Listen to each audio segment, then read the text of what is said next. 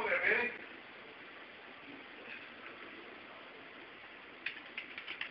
A jury finds the man charged with the murder of a Hattiesburg teenager. That is our top story at 5. Thanks so much for joining us. I'm Randy Swan. And I'm Colleen Donovan. 44-year-old Eddie Lee Saunders has been found guilty of murder for the May 2008 killing of a Hattiesburg teenager. The unanimous jury handed down the verdict around 3:30 this afternoon. Almost 20 people testified against Saunders during the 2-day-long trial.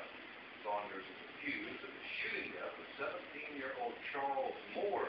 Prosecutors say he was shot over a cell phone, a stolen cell phone, and along with someone else.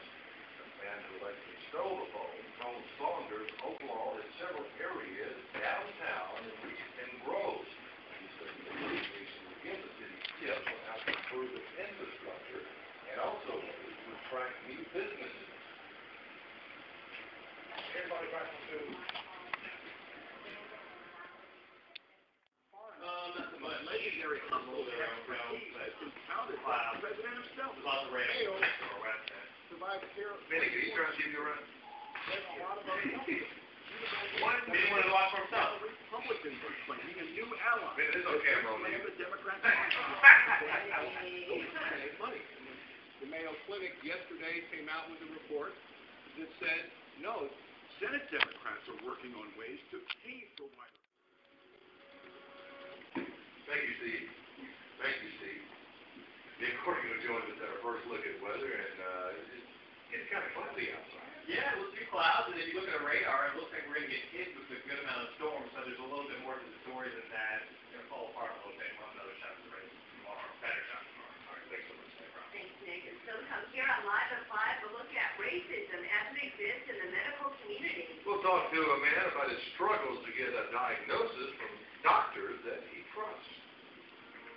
All right, good evening to you. Nick Ortego here. We're kicking things off with a recap of this afternoon. We're a high temp outside, 90 degrees, so not bad when we look back at what it's been over the past 2 weeks. Low temp this morning, 66, so a little bit warmer than the previous 2 mornings. Our rain gauge empty, of course, here at the station. There's a little bit to take a look at in rainfall on our neck of the woods, but I'm going to start with the bigger picture here. We're going to talk about what we have been talking about, Invest 97, an area of disturbed weather right now near Puerto Rico. It still has a lot of wind shear going on. Does not look all that impressive, but look up just a little bit to the north. Looks like another system may be gathering some steam. We're going to keep an eye on this one as well. Of course, off the coast of Florida, South Carolina, North Carolina, Georgia. It's not really a great threat of it tracking in towards the Gulf of Mexico, but 2 areas we're going to keep an eye on. Officially, the National Hurricane Center is not talking too much about this one, but I wouldn't be surprised if they do in the coming days. Let's fly into our neck of the woods and talk about temps outside. We've got 89 in Hattiesburg, and 86 down in Biloxi, 88 in New Orleans, 86 Meridian, and 80 in Jackson this evening. A little bit to talk about on the Mississippi Power Titan. First, I'm going to start up close, where you see some showers starting to creep in a little closer. In fact, parts of things in Lawrence County, but you really don't see too much over the Pine Belt except a fair amount of clouds.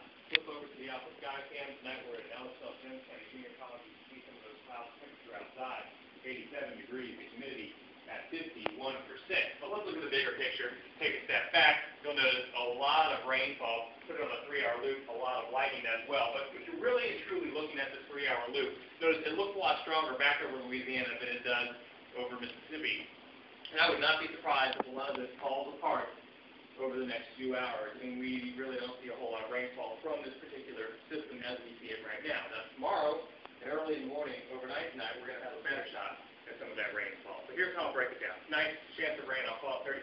Otherwise, put down the clouds in the sky, 68 degrees for the overnight low. Winds should be out of the south at 5 miles per hour. We'll take a look at the futurecast for precipitation here. I'll put it in motion, and you'll see those showers around the Mississippi River disappear. Look at that, 9 p.m. tonight.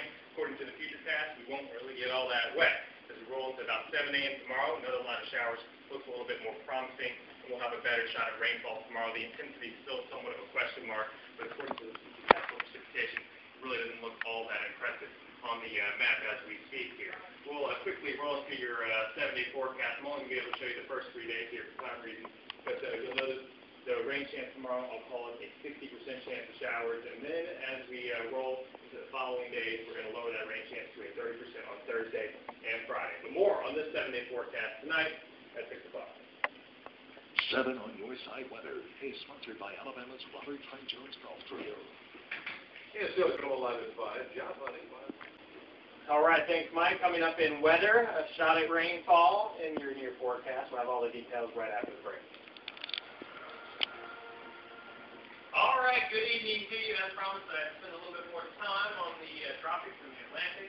I'm taking a look at what's going outside. This right here, NBS 97, one area of interest to the National Hurricane Center. Another area I'm watching, the system is kind of developing a little closer to the East Coast. It is not necessarily under an official watch from the National Hurricane Center. I don't have any model data on this, but it's kind of blowing up a little bit.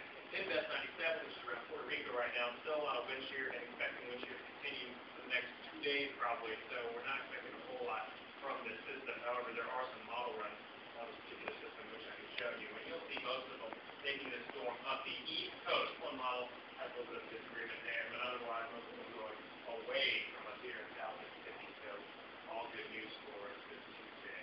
As we roll along, we'll talk about conditions over the time belt. We've got 88 degrees in Hattiesburg, 85 down in Biloxi, 77 in Jackson, a little bit of thunderstorm activity in Jackson. Let's take a look at that on the Mississippi Power Titan radar, of course.